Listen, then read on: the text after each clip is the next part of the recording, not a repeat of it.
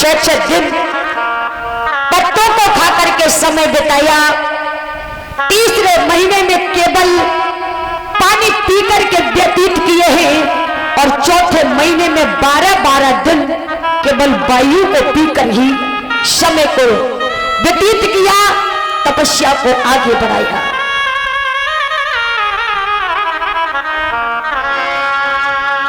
किसी प्रकार के योग से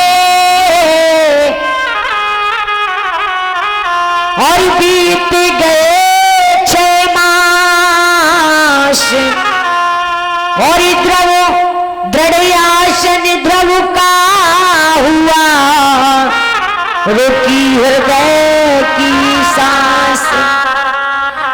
जब ध्रुव की सांस रुक जाती है तो सारे ब्रह्मांड की सांस रुकने लगी। सभी देवी देवता घबरा करके श्री हरि के पास पहुंचे।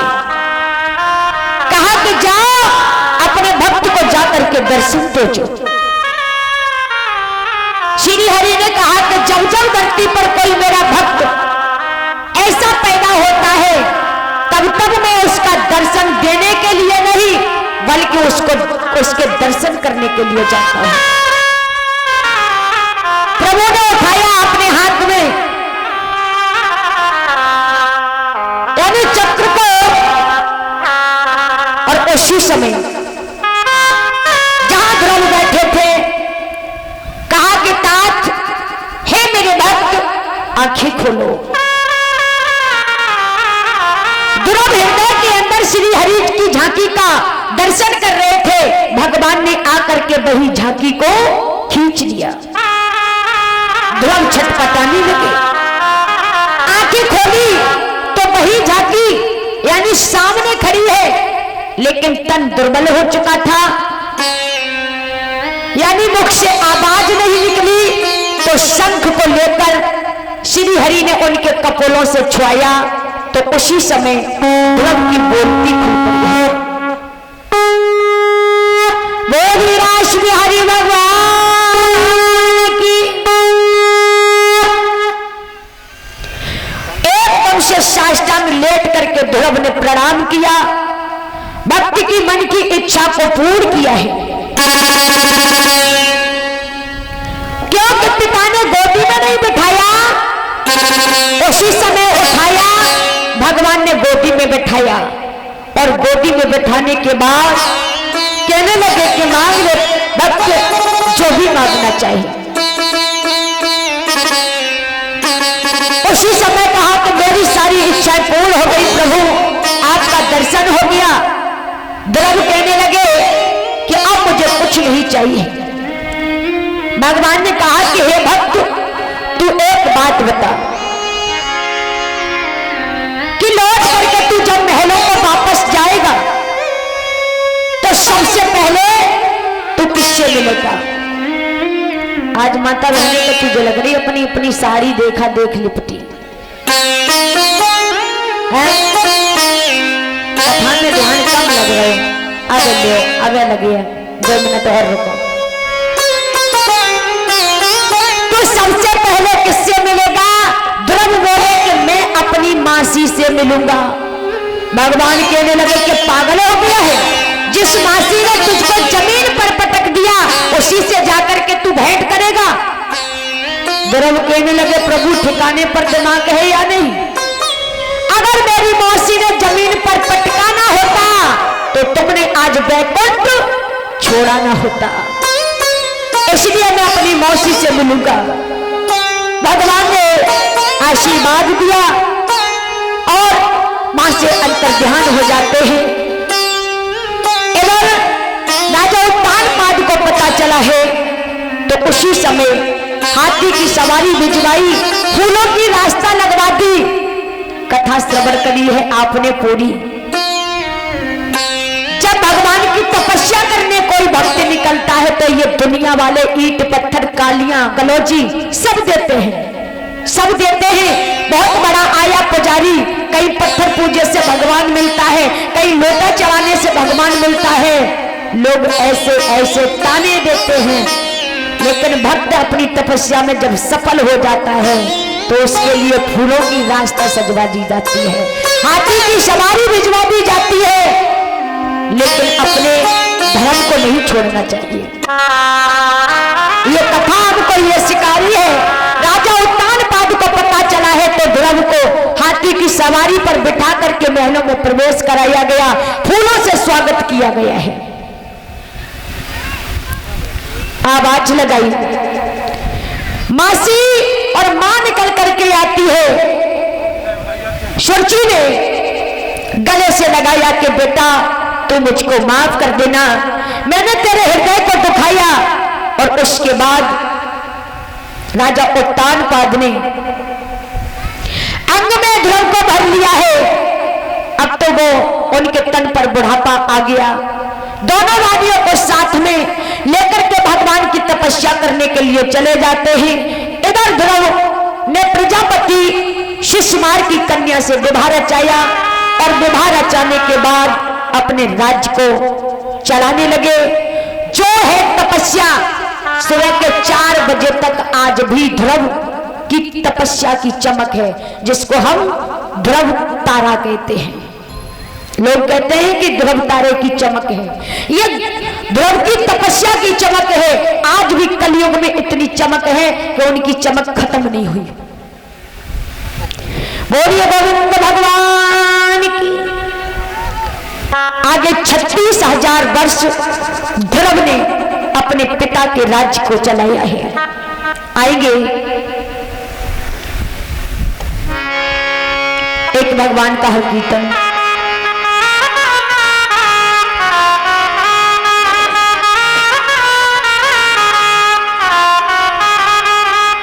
किस तब करे तू मुझको और सताए चला जा, होई पर मुकड़ा जरा सा दिखाए चला जा, नहीं पास रहने को कहती हूँ तुझसे, पर अपना जरा सा बनाए चला जा।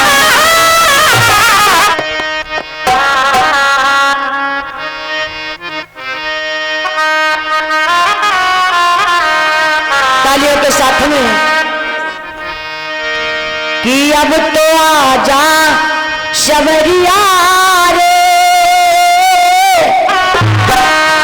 कि अब तो आजा शबरिया रे, तेरी बात निहारो रे, अब तो आजा शबरिया रे, तेरी बात निहारो रे।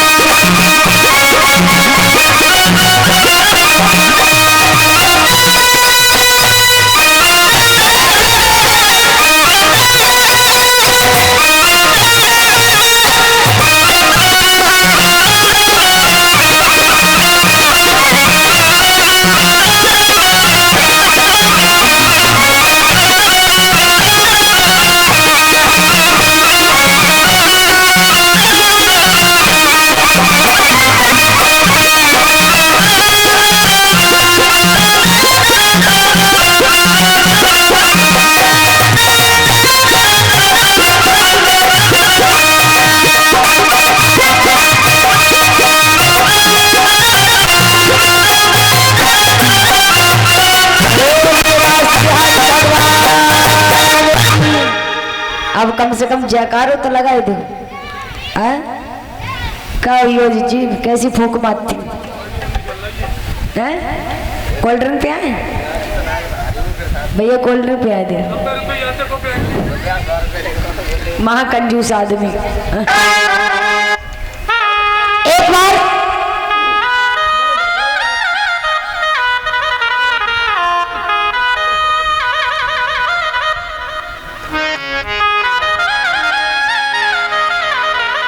प्रेम से जयकारे लगे होली रास बिहारी भगवान की। आवाज नहीं आई, नहीं कहूँ आएगी।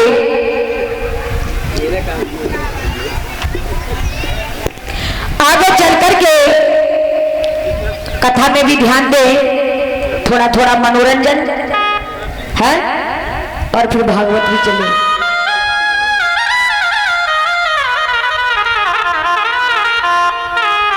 आगे चल करके ऋषि वंश में एक अंग नाम के राजा हुए। श्री सूत जी महाराज शौनक ऋषियों को श्रवण कराते हैं। राजा परीक्षित को श्री सुखदेव जी बता रहे हैं, धर्म महाराज के पुत्र हुए उत्कल, और उत्कल के राज्य में आगे चल करके एक अंग नाम के राजा हुए, और अंग के ही पुत्र का नाम यानी बैन पड़ा है। बैन जो था, कहां जाए रही जी, बैन बड़ा ही दुराचारी था, अत्याचारी था। अपने राज्य की प्रजा को इस प्रकार से दुखाने लगा, सताने लगा। छोटे छोटे बच्चों को ले जाता है, शरयुग में ढकेल देता है, किसी का सर फोड़ देता है तो किसी की भुजा तोड़ देता है। अब इस अत्याचार को राजा अंग ने देखा तो सोचने लगे कि मेरे राज्य में ऐसा दुराचारी और अत्याचारी कुपुत्र कैसे पैदा हुआ। ज्योतिषियों को, ब्राह्मणों को बुलाया और पूछा कि प्रभु, मैंने कोई ऐसा अधर्म का रास्ता नहीं पकड़ा, लेकिन मेरे राज्य में ऐसा अत्याचारी पैदा क्यों हुआ और इसका कारण क्या है। ज्योतिषियों ने बताया कि हे महाराज, बात यह है, तुम्हारी पत्नी जिसका नाम सुनीता है, पुत्र के लिए जब फल उसने ग्रहण किया था तब उसने अधर्म का ध्यान लगाया था, इसलिए तुम्हारे राज्य में ऐसा कुपुत्र पैदा हुआ है, क्योंकि तुम्हारी पत्नी यानी मृत्यु देव की यानी पुत्री है। इस बात को सुनकर बैन के अत्याचार को देख करके राजा अंग घर बार छोड़ करके चले गए भगवान की तपस्या करने के लिए। जब पुत्र अकेला रह गया तो प्रजा में हाहाकार मच गई। तो कहते हैं कि अपने राज्य का ही राजा दुराचारी और अत्याचारी हो तो अनेकों चोर और डकैतों की भरमार हो जाती है। चोर और डकैतों की भरमार हो जाती है।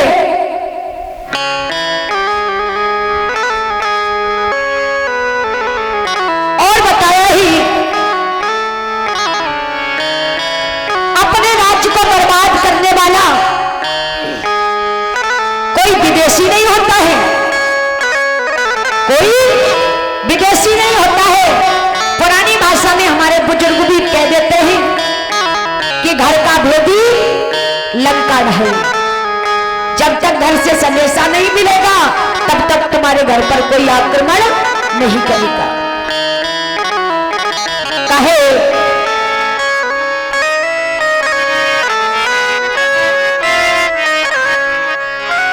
कि खिलता हुआ ये कि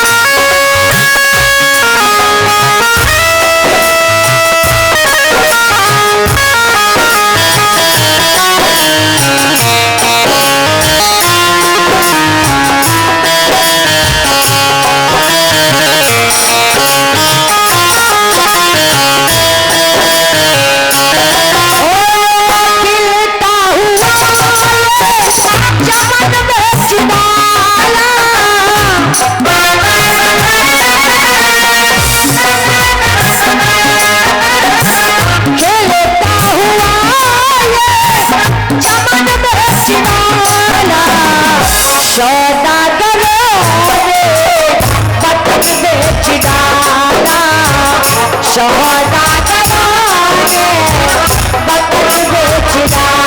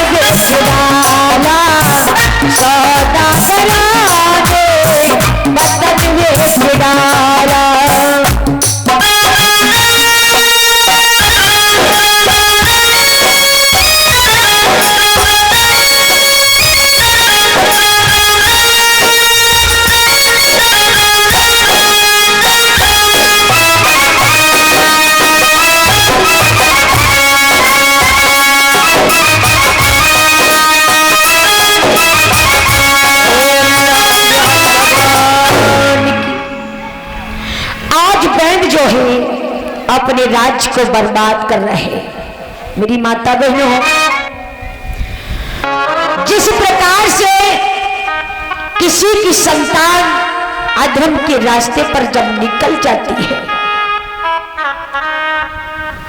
तो उनके माता पिता ही अपने बच्चे को सुधरने के लिए हजारों बार मौका देते हैं, लाखों बार मौका देते हैं और शब्दों में यही बया करते हैं कि बेटा अभी सुधर जा, अभी मौका है, अभी तेरे पास सुधरने का मौका है। उसी प्रकार से परम पिता परमात्मा भी हमको बार बार मौका देता है।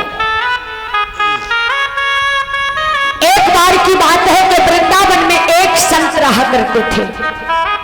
वृंदावन में एक संत रहा करते थे। वो जानवरों की भाषा भी पहचानते थे और पक्षियों की भाषा भी जानते थे। मंदिर में बैठे बैठे तपस्या कर रहे थे।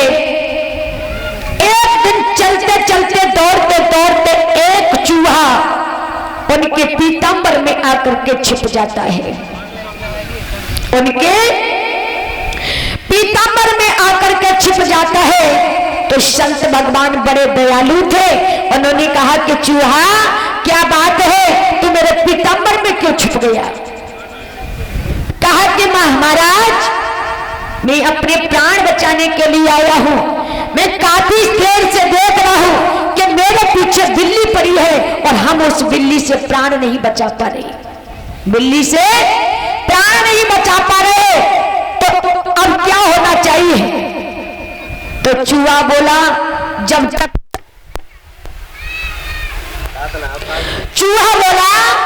कि जब तक बराबर की टक्कर नहीं होगी तब तक युद्ध सफल नहीं होगा।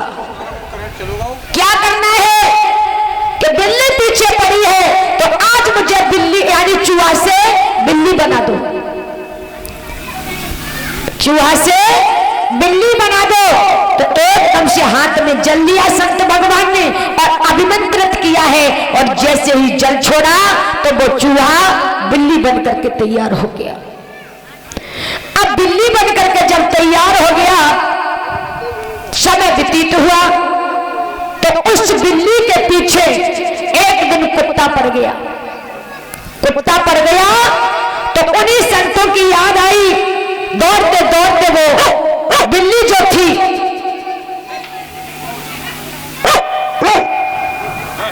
भगवान उन संत के पास पहुंची, कहा कि क्या बात है, अब तू क्यों आया है, आई है? कहा कि महाराज आज हम चूहा से तुमने मुझे बिल्ली बना दिया, और बिल्ली बनाने के बाद भी मुझे संसार में चैन नहीं आया, अब मेरे पीछे कुत्ता पड़ गया है। क्या करना है कि अब तुम मुझे कुत्ता बना करके तैयार कर दो, तब हम इससे युद्ध कर पाएंगे। हाथ में जल लिया और जल लेकर के जैसे ही छोड़ा तो वही बिल्ली यानी कुत्ता बनकर के तैयार हो गई। कुत्ता बनकर के जब तैयार हो गई, धीरे धीरे समय व्यतीत होता चला गया, तो उसी समय वही कुत्ता एक दिन जंगल में गया, और जंगल में जब गया है तो खेलते खेलते आज उस कुत्ता के पीछे यानी शेर पड़ जाता है। कोई ये ना समझे कि मैं बड़ा हूं, मैं बड़ा हूं, तुमसे भी बड़ा कोई है। शेर की धार से वो कुत्ता अपने प्राणों को बचा रहा है, लेकिन कोई ठिकाना नहीं मिला। दौड़ते दौड़ते उसी संत भगवान के पास पहुंचा, कहा कि महाराज अब तुम मुझे बचा लीजिए, मेरे पीछे काफी देर से ये शेर पड़ा है, और जब तक आप नहीं बचाओगे तब तक मेरे प्राण नहीं बच सकते। संत भगवान सोचने लगे, मोनू भैया पंखा क्यों बंद कर दिया? मोनू भैया कहाँ चले गए? तो मुंह कछू कहाँ चल लो? मैं क्या करूं? कछु व्यवस्था करो। तो उस शेर से कहा कि प्रभु आप मुझे कुत्ता से जब तक शेर नहीं बनाओगे तब तक युद्ध नहीं हो पाएगा। बराबर की टक्कर जब मरे हुए मुर्दे पर अगर कोई पहलवान लाठी चलाए तो उसकी पहलवानी पर कलंक लग जाता है, लोग कह रहे थे मरे हुए पर के लाठी चलाओगे, किसी योद्धा से जाकर के भिड़ो। आज संत भगवान ने जल लिया और जैसे ही छोड़ा है तो वही कुत्ता शेर बन करके तैयार हो गया। आहा, अब जिसकी योनि वैसी ही वृत्ति बन गई, जिस योनि में जन्म लोगे वैसी ही वृत्ति बन जाएगी। आज चूहा था, उसके बाद बिल्ली बना, बिल्ली के बाद कुत्ता बना, और कुत्ते के बाद बब्बर शेर बन गया। जब शेर बन गया तब जो हिंसक वृत्ति हो गई, अब वही शेर क्या सोचने लगा मेरी माता बहन? वही शेर सोचने लगा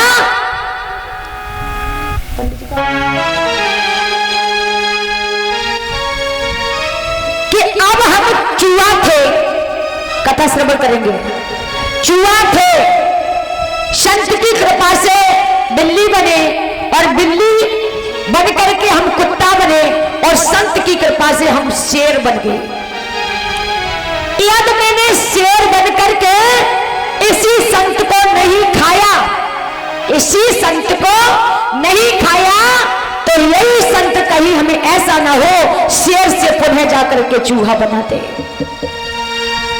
समझ में आ रही है ना कथा? उसी समय वही संत के ऊपर वही शेर ने जैसे ही आक्रमण किया है खाने के लिए, संत भगवान ने जैसे ही जल छोड़ा तो वही शेर पुनः चूहा बन करके तैयार हो गया। बोलिए गोविंद भगवान की। जब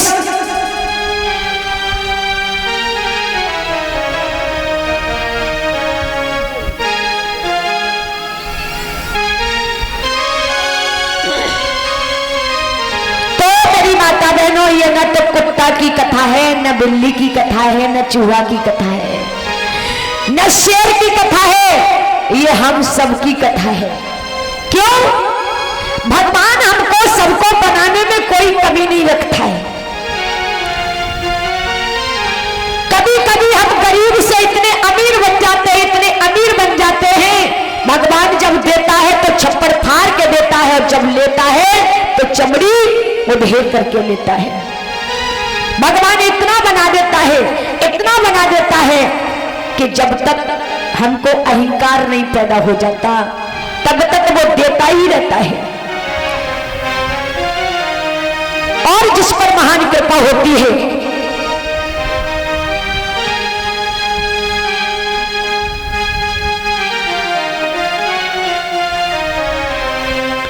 आइए तो इस प्रकार से दैन भी अपने राज्य में बड़ा ही दुराचारी हो गया है, अत्याचारी हो गया है। अब तो संतों ने जाकर के समझाया, और संतों ने जाकर के जब समझाया है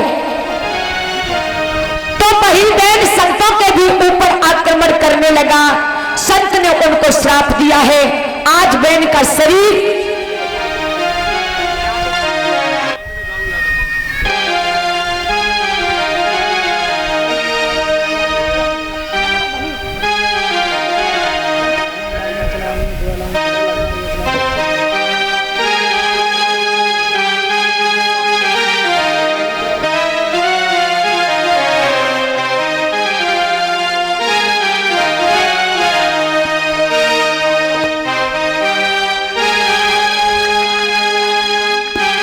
और उसी समय आप लोग देख रहे हैं हमारे ताऊ जी प्रशांत भैया के ताऊ जी हैं यादव जी चाचा जी, हार पहना करके नगला गली से चल करके आए हैं।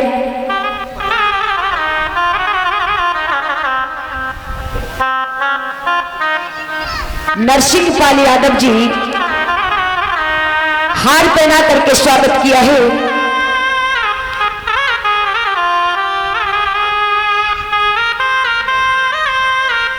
परमपिता परमात्मा अपनी छत्र कृपा बनाए रखे, छत्र छाया में इनके सर पर हमेशा फूलों की बारिश होती रहे। आइए एक भगवान का कीर्तन सुनना चाहते हैं।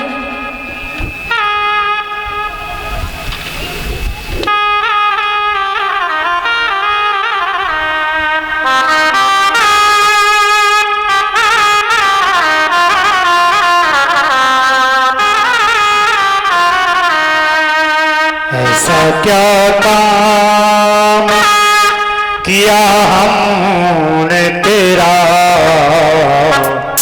जो मेरा